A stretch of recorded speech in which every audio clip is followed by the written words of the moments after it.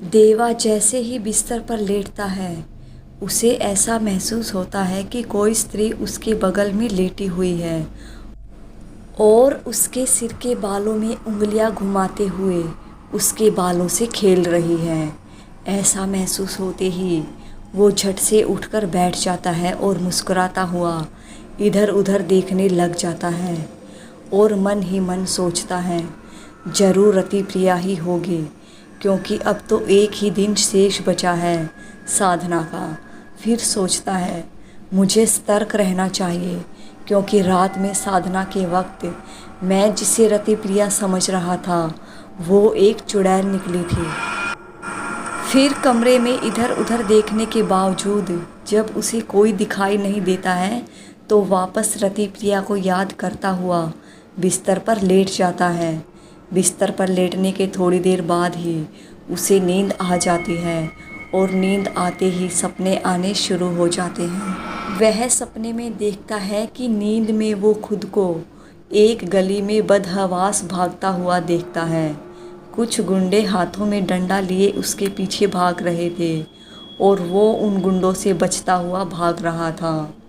भागता भागता वो एक हनुमान मंदिर में घुस जाता है और हनुमान जी की मूर्ति के पीछे छिप जाता है।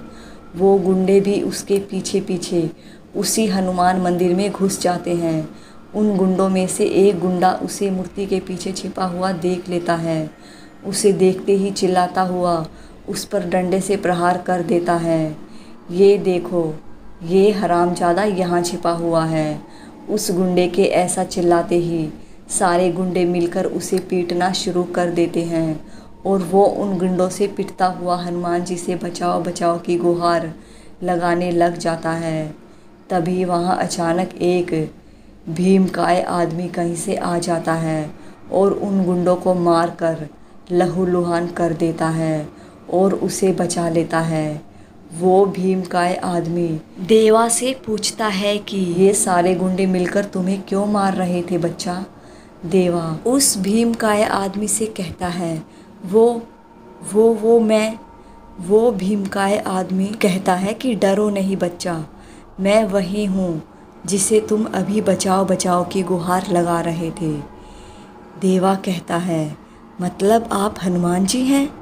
आप मुझे बचाने के लिए यहाँ आए हैं?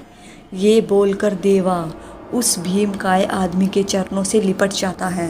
देवा को चरणों से उठाकर हनुमान जी उसे साक्षात दर्शन देते हैं और सारी मनोकामनाएं पूर्ण होने का आशीर्वाद भी उसे देते हैं और फिर कहते हैं, मैं जानता हूँ वत्स, वो सारे गुंडे मिलकर तुम्हें क्यों मार रहे थे। तुमने उन गुंडों के नाजायज़ कामों की सूचना पुलिस को दी थी, इसलिए वो गुंडे तुमसे बदला ले रहे थे। वो तुम्हें यहाँ मारने आए थे, पर मेरे रहते तुम्हारा कोई बाल भी बांका नहीं कर सकता वत्स। ये बोलकर हनुमान जी जैसे ही अदृश्य होते हैं, देवा की नींद झटके से खुल जाती है। नींद खुलते ही वो उठकर बैठ जाता है और हनुमान जी ने उसे सपने में साक्षात दर्शन दिए। ये सोचते हुए उनको मन ही मन याद करके प्रणाम करता है और फिर वापस बिस्तर पर लेट जाता है प्रसन्न मन से। उसके बिस्तर पर लेटते ही गोरखनाथ उसे खाना खाने के लिए बुलाने आ जाता है। देवा गोरखनाथ के साथ रसोई घर में आ जाता है खाना खाने के लिए। देवा उन्हें बताता है कि महाराज, आज मैंने सपने में हनुमान जी को देखा। उन्होंने मुझे साक्षात दर्शन दिए और मुझे उन गुंडों से भी बचाया। गोरखनाथ कहता है, हनुमान जी ने साक्षात दर्शन दिए, गुंडों से भी बचाया तुम्हें? कुछ समझ नहीं आ रहा, कौन मार रहा था तुम्हें सपने में? ब्रह्मानंद भी देवा और गोरखनाथ की ये बात सुनकर बीच में ही बोल पड़ा। पूरी बात बताओ देवा, क्या देखा तुमने सपने में और हनुमान जी ने कैसे रक्षा की तुम्हारी? फिर देवा गोरखनाथ और ब्रह्मानंद को सपने वाली पूरी बात विस्तार से बताता है। उसकी पूरी बात सुनकर गोरखनाथ और ब्रह्मानंद भी हनुमान जी को याद कर प्रणाम करते हैं और फिर देवा से कहते हैं, अब तुम्हें चिंता करने की कोई ज़रूरत नहीं है, अब सब ठीक होगा। तुम्हें आज सचमुच में हनुमान जी ने दर्शन दिए हैं। तुम बहुत भाग्यशाली हो। अब सभी सकारात्मक शक्तियाँ तुम्हारी रक्षा कर रही है। ये चमत्कार तुम्हें पता है क्यों हुआ? क्योंकि तुम हनुमान मंत्रों का भी जाप कर रहे हो रोज, यक्षिणी मंत्र से पहले। ये सुनकर देवा एक बार फिर गोरखनाथ और ब्रह्मानंद के साथ मिलकर हनुमान जी को याद कर उनको प्रणाम करता है। फिर तीनों खाना खाने लग जाते हैं। खाना खाने के बाद गोरखनाथ और ब्रह्मानंद देवा को थोड़ा और आराम करने के लिए कमरे में भेज देते हैं और दोनों खुद भी थोड़ा आराम करने के लिए दूसरे कमरे में चले जाते हैं। कमरे में आने के बाद देवा फिर प्रसन्न मन से बिस्तर पर लेट जाता है और मन ही मन सोचता है, बस आज की रात और साधना करनी है मुझे, फिर कल से आराम करूँगा। रातों को जाग जाग कर मेरा बुरा हाल हो गया है, कमर अकड़ गई है, शरीर थककर चूर हो गया है। ये सब सोचता सोचता देवा फिर उस रति प्रिया की यादों में खो जाता है और रति प्रिया के बारे में सोचते सोचते उसे नींद आ जाती है। नींद आते ही फिर वो एक सपना देखने लग जाता है। सपने में वो खुद को एक सुंदर स्त्री से प्रेमालाप करते हुए देखता है। वो सुंदर स्त्री कहती है, आजकल तुम मेरी तरफ देखते ही नहीं हो, क्यों? आजकल मैं तुम्हें अच्छी नहीं लगती क्या? फिर देवा कहता है, अरे नहीं, ऐसी बात नहीं है। कैसी बातें कर रही हो तुम? हाँ, कभी कभी तुम्हारे पास आने में देर हो जाती है, काम की वजह से। इसका मतलब ये थोड़ी है कि तुम कुछ भी सोचने लगोगी मेरे बारे में। मैं तुम्हें इस जन्म तो क्या, अगले 7 जन्मों तक नहीं भूल सकता हूँ मेरी प्रियासी। ये बोलकर देवा उसके होठों पर एक चुम्बन जड़ देता है। वो स्त्री भी प्रति उत्तर के उसके होठों पर एक चुम्बन जड़ देती है और इतराती हुई उसे यूं ही और उल्हाना देने लग जाती है देर से आने के कारण। तभी वहाँ कहीं से एक बूढ़ी भिखारिन आ जाती है और उन दोनों से खाने के लिए खाना मांगने लग जाती है। भिखारिन कहती है, कुछ खाने को दे दो बाबू, भगवान तुम दोनों की जोड़ी सलामत रखेगा। 2 दिनों से कुछ नहीं खाया है बाबू, कुछ खाने को दे दो बाबू। वो सुंदर औरत गुस्से से कहती है, हमारे पास अभी कुछ खाने के लिए नहीं है, कहीं और जाकर भीख मांगो। न जाने कहाँ कहाँ से ये भिखारी आ जाते हैं। फिर देवा कहता है, तुम बिना कारण गुस्सा कर रही हो मेरी प्रियासी। फिर भिखारन से कहता है, अम्मा अभी हमारे पास कुछ भी खाने को नहीं है, मैं तुम्हें थोड़ी देर बाद अपने घर ले जाकर भर पेट खाना खिलाऊंगा। फिर भिखारिन बोल पड़ी, अभी कुछ खाने को नहीं है, ये लड़की है ना तुम्हारे पास, मुझे इसे ही दे दो, मैं इसे ही खाकर अपनी भूख शांत कर लूँगी। देवा जोर से हंसता हुआ कहता है, ये लड़की है अम्मा, कोई खाना नहीं जो तुम इसे ही खाकर अपनी भूख शांत करोगी। देवा और उस भिखारिन की बातें सुनकर वो सुंदर स्त्री क्रोध में भर जाती है। सुंदर स्त्री गरजते हुए कहती है, तू मुझे खाएगी बुढ़िया? ऐसा बोलकर अपना हाथ आगे करते हुए बोली, ले खा मुझे, मैं भी देखूं कैसे खाती है मुझे। भिखारिन उस सुंदर स्त्री का हाथ पकड़कर चबा जाती है और जोर जोर से अट्ठास करती हुई बुढ़िया से एक राक्षसनी में तब्दील हो जाती है। अब देवा और सुंदर स्त्री राक्षसनी को देखकर डर के मारे भागने लग जाते हैं और भागते भागते एक सुनसान सड़क पर आ जाते हैं। अत्यधिक भागने और जख्मी होने से वो सुंदर स्त्री सड़क पर आते ही मर जाती है। उसके मरते ही देवा भी तड़प कर वहीं सड़क पर अपने प्राण त्याग देता है। मरते ही देवा की नींद खुल जाती है और वो पसीना पसीना होकर उठकर बैठ जाता है और जग में रखा पानी पीकर धम से बिस्तर पर बैठ जाता है और मन ही मन सोचता है, कितना बेतुका और अजीब सा सपना था। वो सुंदर स्त्री कौन थी? कहीं वो रति प्रिया तो नहीं थी ना? हे भगवान, ये क्या हो गया है मुझे?